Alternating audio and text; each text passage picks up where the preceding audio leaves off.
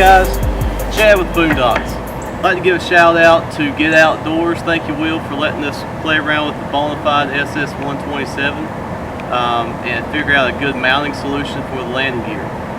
What we came up with, we feel like really completes the boat. It utilizes an area that was otherwise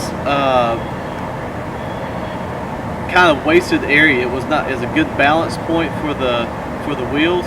It did not get in the way of this very functional seat, all the different trim positions.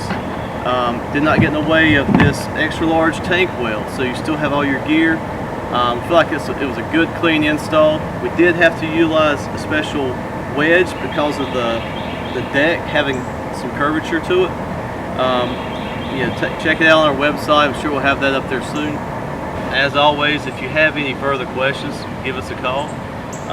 There should be a full-length video coming soon about the installation, but you can get all your information at BooneDOX.com, and thanks for watching.